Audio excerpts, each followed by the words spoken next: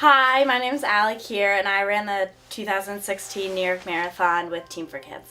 I ran for Team for Kids, which is one of the biggest charities that works with the marathon, and I love little kids and love playing with them, and some of my fondest memories at my day school were in my gym classes, and that's where I first loved running. So Team for Kids is linked to New York Road Runners, which is the main sponsor, an organization that backs the New York Marathon.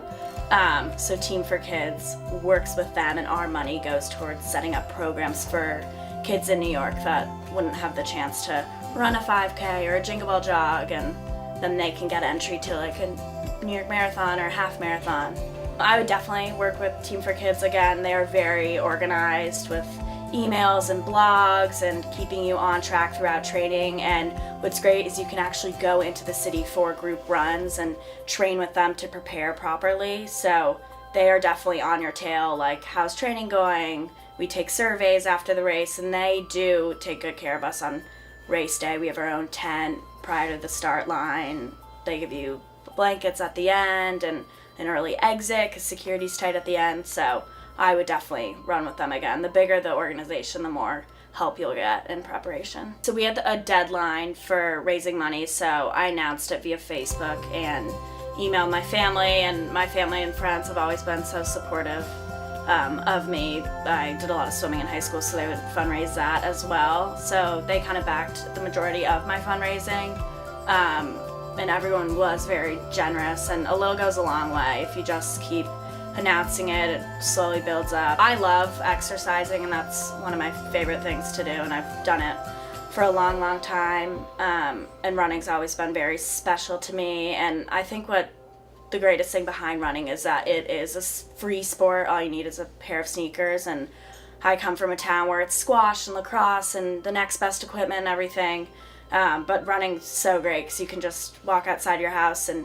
do it with music or without music, and running for a charity that supports that and supports building a foundation for younger kids to run was really special. It took me 6 months exactly to prepare for the marathon. My friend turned to me on June 6th and said, let's do it. My godmother is actually a marathon runner and has run over 50 marathons, so I've always listened to her stories, and I said, why not? I'll do one. Running at Elon University as a student was very difficult, I will be honest. I had late classes both Monday, Wednesday, and no classes Friday, so I would do big runs on those mornings, and I ran around campus, but you can't really get a high mileage with that. So last year I discovered a neighborhood that is right next to campus that's hilly, and you can do a lot of laps.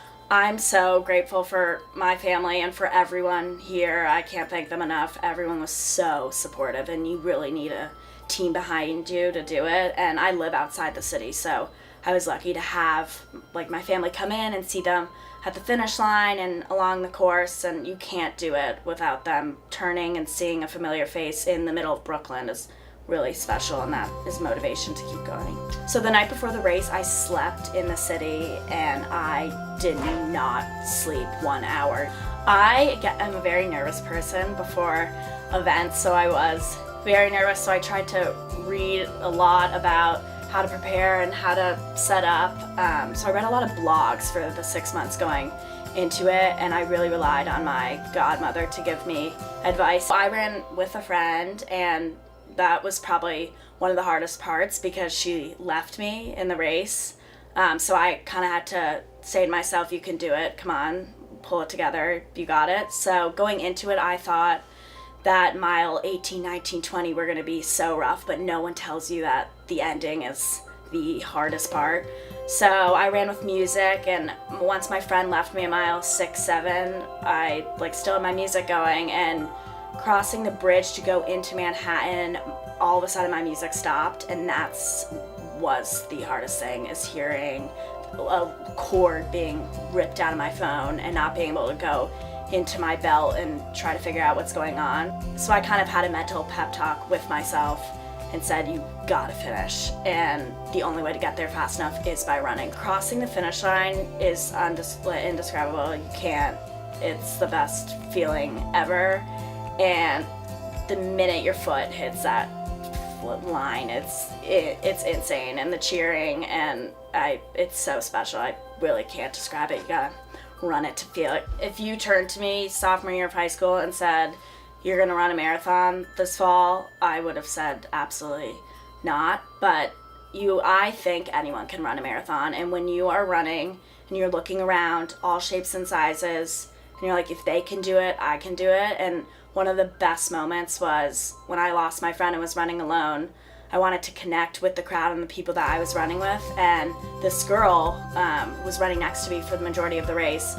And I looked at her and I realized she had one arm, and I said to myself, if you can do it, I can do it. And the day of the race was the best day of my life, just to see the support and the inspiration that goes into something like this and such a big event. And I want to inspire people to run. I hope to write a book about it once or in the future and run another one. It's incredible, and it's such a life lesson about working hard, and it does pay off every time you go out and train and push yourself. If it's raining, like all throughout those hot summer days, and even running at school is very hard, but in the end it is so worth it, and it was awesome.